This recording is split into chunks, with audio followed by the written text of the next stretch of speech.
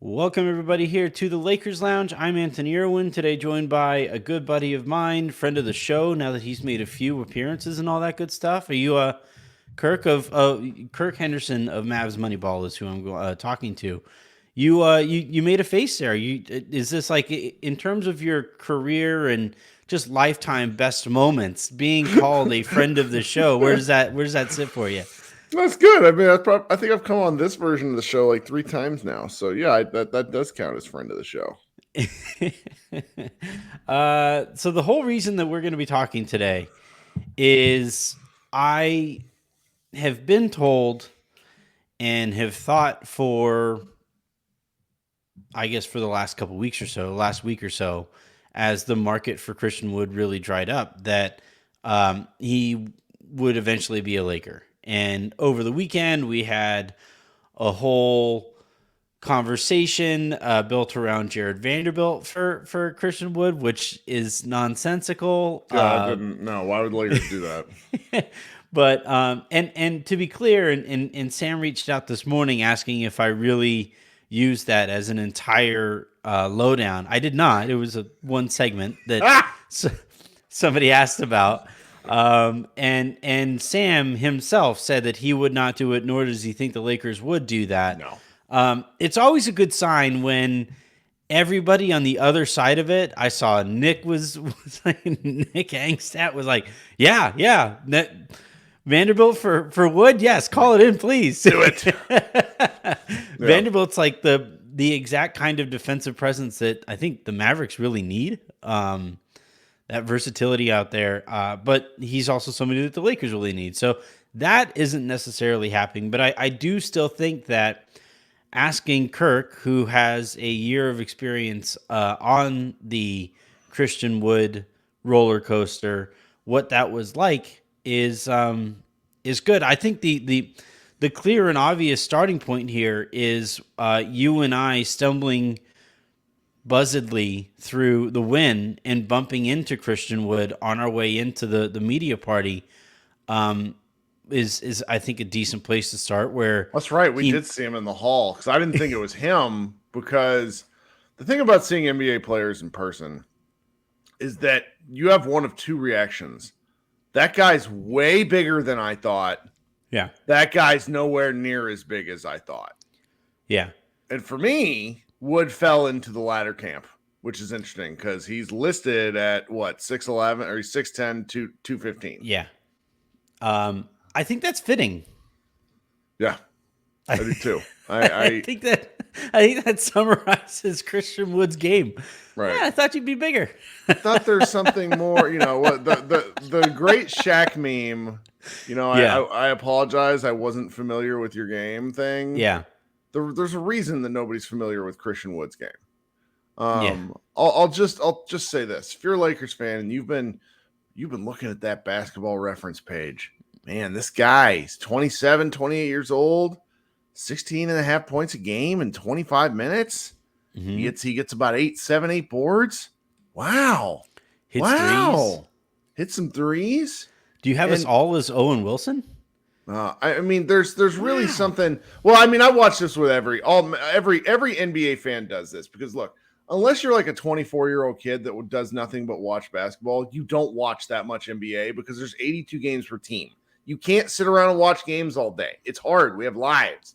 Yeah. And what I found, particularly when it comes to Wood, and this happened to the Mavericks last year, is like no Maverick was watching Detroit or Houston. They didn't watch this guy play. And so you look at his numbers and you're like, there's something here. And he might be the most empty stats all-star in my life. He does so much nothing while looking good. And you're like, what isn't coming together here? That's just that, like, as a minimum player, it's all about like kind of perspective. If he were coming in as like a 10th, 11th guy, which is what he would be for the Lakers, take it. Because he'll come in, feast on bench units, probably get his butt kicked on defense. Dude has massive wingspan, like 7'4" wingspan. He gets all kinds of cheap blocks, but he can't guard, he couldn't guard a chair. But there's no there when it comes down to it for a crunch time important guy. But for what we're kind of talking about at this stage in free agency, he'd be a steal. Is kind of what I think.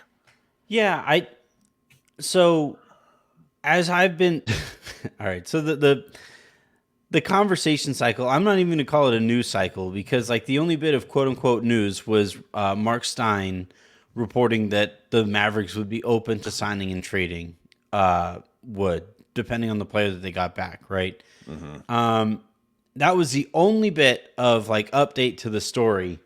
And then from there, it just got ran with because it's mid-July and we don't have anything else to talk about. And I asked some people with the Lakers and close to the Lakers what they thought of that conversation cycle, and was promptly told, lose our number. Like, never bring that up again. The Lakers, just like they were with Chris Paul, by the way, are interested in Christian Wood at the minimum. They were interested in Chris Paul at the minimum. They were not interested at Chris Paul at $30 million a year, nor are they interested at Christian Wood at anything more than the minimum.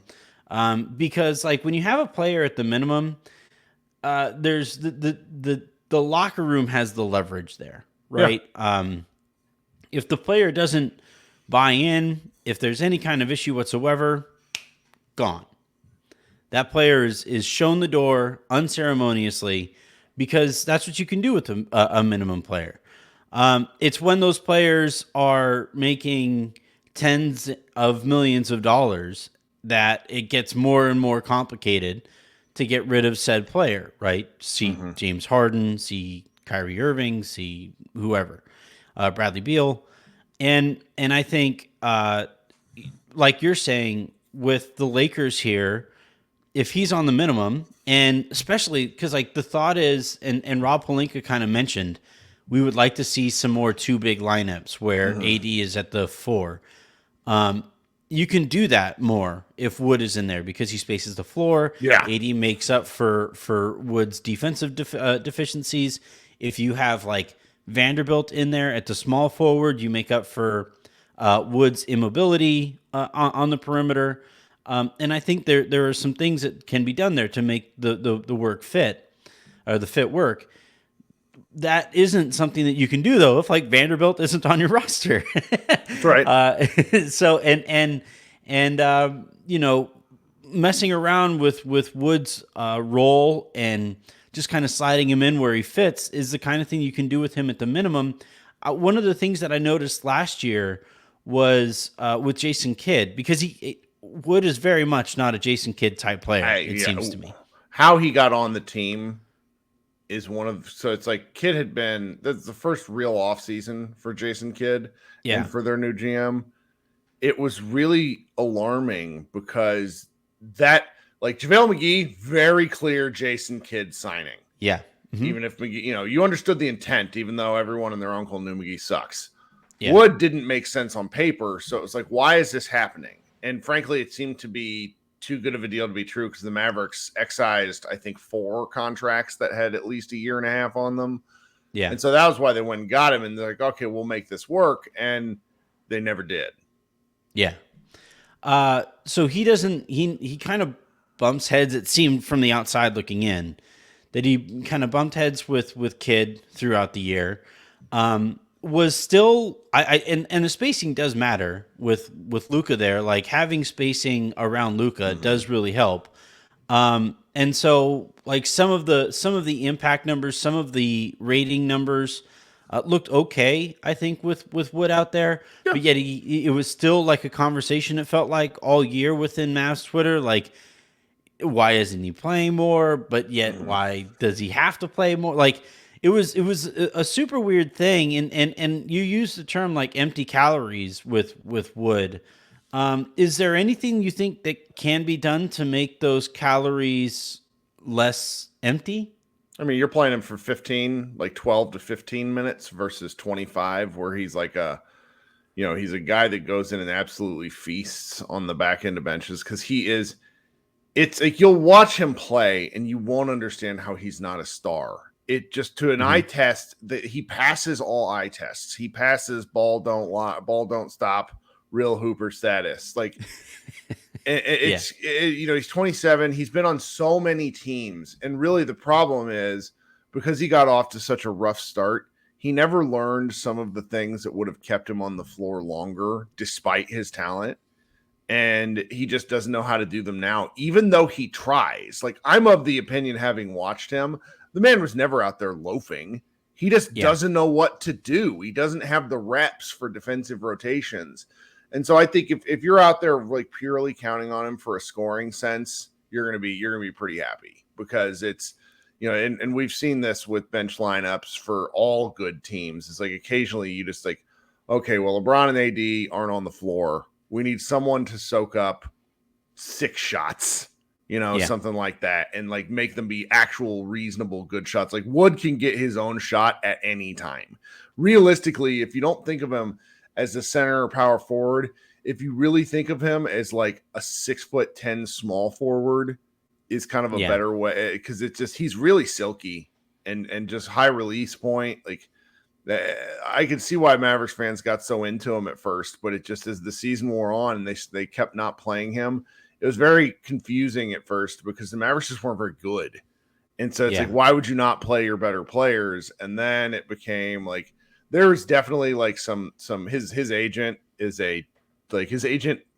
like sending direct messages to Mavericks fans. Like, not like, I'm ostensibly media, I don't go to games or anything, but like I'm covering stuff all the time.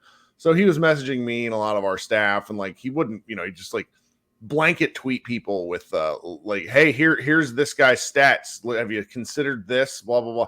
And do that like across the board. And I think he also did that to the Mavericks, where it's like, hey, it's just like, after a while, it was like, man, this fucking guy kind of thing. It's like, well, man, it's him again. And I think that sort of like wore on everyone, because leading up to the trade deadline, there were like actual discussions about whether he would take like a 2-year deal worth like $38 million, like a $17 million extension. I guess it's $34 million.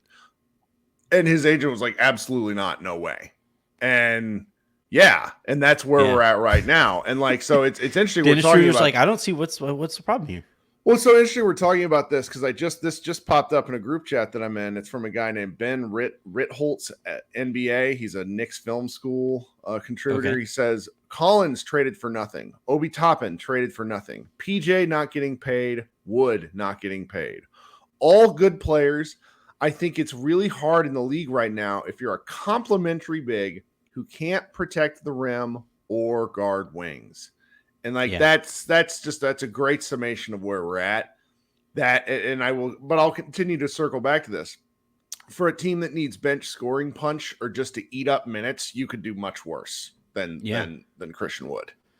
Yeah, I kind of think that is the case. There's a lot of players who I think are kind of luxuries, right? Mm-hmm. And under the previous CBA, you could have luxuries on your cap and get away with it. At varying numbers, right? And Tyler Hero comes to mind. Is like he's like, scoring punch off the bench, can facilitate, can do all of those things, but also will get absolutely decimated in the playoffs when teams just really start picking on him. So in the regular season, he's this luxury to have that gets you through 82 games worth of the NBA regular season. But then when the games start mattering a little bit more, he can go sit there on the bench, right? He's the Corvette that rich people drive on Sundays. That, like, it's fun to drive on the weekends when there isn't much traffic and I don't really care as much about fuel efficiency and stuff like that. I'm gonna keep it in the garage, and then as the budget tightens, you start looking at that car, you're like, man, it sure would be nice to get that influx of cash if we sold that car, right? My in-laws just sold their my father-in-law retired, and they just sold their boat. They sold their like Kawasaki little car and stuff like that. It was just like, and I think that's what all teams are doing. They're looking at their luxury type players, Christian Wood, Obi Toppin, Tyler Hero, Bradley Beal too is a kind of different slightly different case here, but they're all looking at their boats in their garage and they're saying like, that's an expense. It's we still have to account for that on our books, and it gets tougher to do that. And I think Christian Wood is very much like that. He will eat up innings for you over the course of an 82 game season, and then in the playoffs, you're terrified of every second that he's on the court because teams over the course of a 7 game series are really going to pick him apart defensively if he isn't surrounded by the absolute perfect personnel. And I think that's really kind of depressed his market there. But yeah, you do need those guys over the course of an 82 game season. You do need it's innings eater is the term that it sounds worse than it actually is. But those pitchers in an 162 game season in Major League Baseball, and those guys who play 15-ish minutes, 82 games out of, or I guess it would be like 70 out of 82 games over the course of a regular season. Like those guys really do matter. And for the minimum, for like having a player that talented on the minimum and not just on the minimum, but on a prove it deal. And I think that's the last kind of Wood specific thing that I wanted to ask you about. Do you think this will be kind of like the come to Jesus moment for Wood and his camp here, that when you arrive, Andre Drummond just had that clip go viral, right? I was making max money, and now I'm just on fucking veteran minimums and stuff. And it matters how you are as a teammate. It matters what you do in the locker room. He has kind of recognized that. Do you think that's something that Wood can kind of recognize at this stage of his career, now that he has fallen from, teen $1 million deals to now minimum deals? Do you think he can turn it around? I don't really think there's anything for him to turn around, to be quite candid. When he was a younger player, part of why he bounced from, and if you go look at his Basketball Reference page, I think he's played for 8 teams, but he's also been to training camp for 2 or 3 other teams, and he didn't make the cut.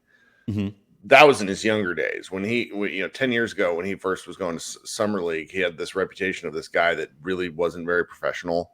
He wasn't like awful or anything, but he was just late and just basically wasn't. He wasn't the guy that he wasn't near as mature as he needed to have been. But I will say, in his time in Dallas, I heard nothing in terms of professionalism concerns.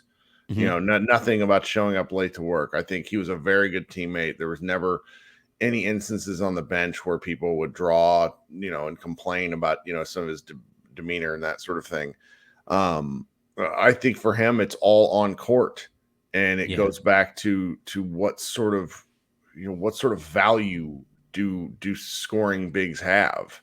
And I think that for really good teams, a team that made the Western Conference Finals and kind of knows specifically what the shortcomings are, finding those 16-game players at this stage in free agency is just not a thing. That's okay, because the innings eater of it all, I think, matters a lot. I mean, I'd be really curious. You need hindsight for this, so probably almost like another season. But like the Lakers expended an extraordinary amount of energy to turn things around the second half of the year. Versus like just using the Nuggets as a comparison, who basically loafed the final 20 games. And then came into the playoffs and had another gear to get to.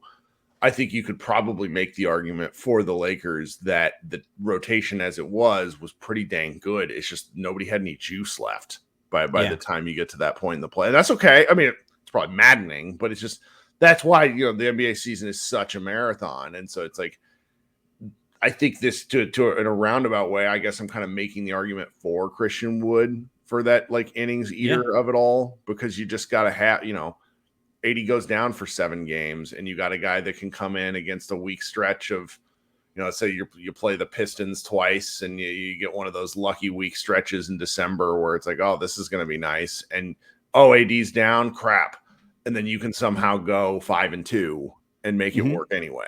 Like that's the sort of stuff that I think a guy like Wood can help contribute to. But once that clock turns to April, he's going to be a pumpkin, and he's going to be sitting on the bench. I want to ask you about your offseason, the Mavericks.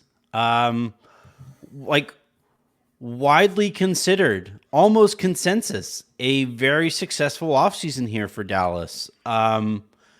what does that feel like? Like how like this is uncharted territory for you. What did you do with your hands? I'm really pleased. I will say that to sort of couch it, this is a sort of offseason they should have had in Luka's second year, Mhm. when they had cap space and options and bird rights for a number of guys. And instead, what they did was they sat on their hands because they were really seriously hoping to make a pitch for Giannis in 2021. Yeah. I'm not kidding. People think I'm crazy. Like, it is absolutely what they were hoping for. And so but in Luka's year 2, they kind of brought everybody back. And instead, what like the Mavericks got off to a 16-5 start in 1920 because Luka was awesome, not because of anything they did in the free agency. It's just like Luka was amazing. So this offseason, it's been nice to see them actually have some, they tanked to get into that 10th spot, which, what I learned is that the Dallas Mavericks invented tanking. That was one of the fun things. I've been dealing with that all offseason from various friends of mine in the media that are just like, and what it came down to is the reason a lot of people were offended, but the Mavericks did it, is because Luka is a top 5 player. I get that. That's different, but it's just like, come on, have the same energy for the Blazers and Damian Lillard, who have done this like 3 years in a row.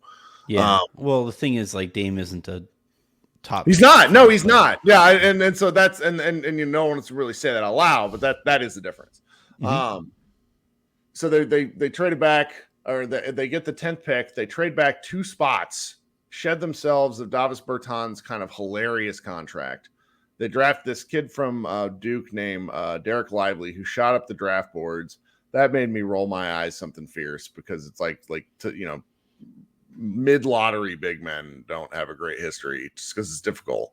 Then they traded into the first round, 24th pick, using the trade exception that they had. They took what's his name, Sacramento, Rashawn Holmes, and then drafted a guy, Omax. They took him right out from under the Celtics. And if you were watching on draft night, the Celtics were so fucking flustered by this, they traded back 3 times. They had no idea what to do, which is so funny to me, because if I was the Celtics, I would have taken it like pick 26 or whatever the hell it was, the guy the Lakers got at 40, and my guy from Pepperdine, Maxwell Lewis, which is just, anyways. And so they've done, they re-signed Kyrie, which was kind of a sort of a given. They got Seth Curry. The trade for Grant Williams was, I think, probably the hallmark, because it's just like, it's a solid trade, good deal. Grant Williams is a guy, I like him, but I will never not think about that free throw thing where he was like, I'm going to hit both and then misses both. Like, that shit is just, that's going to live in my head every mistake he makes. He's a big shit talker, but that's fun. Summer League was nice because the kid, Lively looked fine after watching JaVale McGee. Lively should probably play right away, but he's going to be fine. He's not going to be good. He's going to be fine. I'll take fine. I've not had passable center play since Tyson Chandler. And then the guy Omax, who they got, trying not to get too hyped on him, but he looks legitimate. Like, he is there's Dorian Finney-Smith. He's an infinite turbo guy. Well, that's one part of it. So like Dorian Finney-Smith, who now plays with the Nets, was a longtime Maverick, 6'8", 215. But you ever see the movie The Replacements with Keanu Reeves? Yeah. The kicker in that movie, who was also on Game of Thrones, he describes himself as wary. That was Dorian Finney-Smith, like real thin, but 6'8", 215. This Omax guy, 6'8", 215, comes in looking like a middle linebacker that's 6'8", like big shoulders. He's had some massive defensive plays. Like, we're all getting really too high on him in Mavs land, but it's fun. Who cares? It's the offseason. Yeah. I think he has the potential to be. I would do nothing of the sort. Don't ask me about Max Christie. Christie had great summer league. Like, it's just like that, where you kind of, and so Omax has been doing some stuff that we didn't really think, was in his game, and probably won't be at the NBA level. But there's just like playing, like, you love to see guys play with force. And he played Jarris Walker of the Pacers and just kicked his ass. And that was really, truly shocking to me. I mean, it's one game, is what it is. Mark Stein told a story on the radio while I was in Vegas. I was listening to his radio program about how Tim Duncan got worked to death in his first summer league game by Jermaine O'Neal.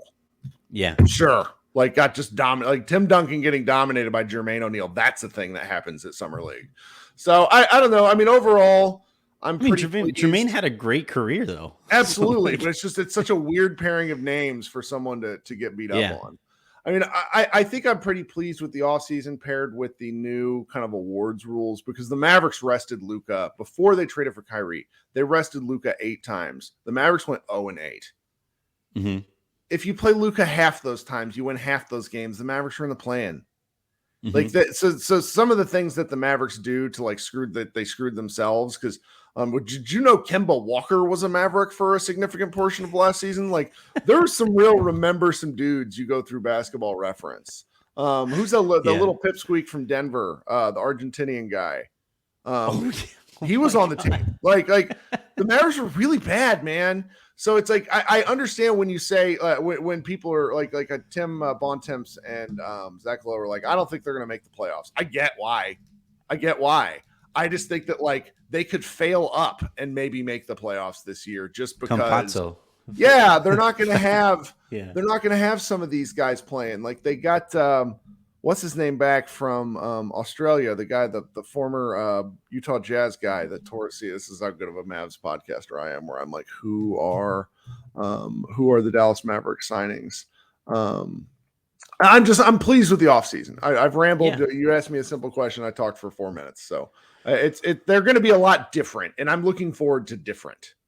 Well, I think this is all what this offseason has allowed, I think, the Mavericks to do is have like a decent sample size of data at the deadline to go one way or the other, right? And like it's gotten a ton of attention that Kyrie's deal matches Rui and D'Lo's deal, and that could be something that both teams kind of address at the deadline. Yeah, it's just one of those things that like nothing that is that interesting a coincidence ever feels like a coincidence. Yeah. And we know that like LeBron is still really adamant that he would like to play with Kyrie one more time. I think he had an Instagram post over the weekend where he called him the best on the ball player or something that he's ever seen. Which like LeBron, you're not bad on the ball. No, you're pretty good, dude. Pretty good. But what this offseason allows the Mavericks to do is at the deadline be able to make an informed decision on whichever path they want to go with there. If they want to stick it out and keep the Kyrie Luka thing going, then you'll be able to do that. If you want to turn Kyrie into, a wing in Rui and taller, not anti-Semitic Kyrie in D'Angelo Russell, then like that's something that the Mavericks could also do there with an informed data sample to work off of. To me, that's all I would have been hoping for if I was a Mavericks fan. Is just give me, and this is honestly what I'm looking forward to with the Lakers too. I like the fact that like they're going to go into next season with a roster that makes sense, and everything can kind of fall into place from there. And if they have to make tweaks, they can make tweaks. They have the tools to maybe make some tweaks here and there. And I think like given how wild the West is going to be, I think a solid offseason is puts teams in a really good spot, Like I'm not gonna lie, Phoenix's offseason terrifies me if I were a Suns fan, Like it's so much change, and there is such a low floor to that team because of injuries and stuff, and there is like no institutional knowledge to back up any of that. Yeah. And I really think like that's a team that I'll probably be fading heading into the season just because like there are so many teams with identities that are already figured out and everybody is so close in talent that yeah, I think Dallas, the Lakers, the Nuggets, like those teams that didn't really mess with it too much and added to it how they could.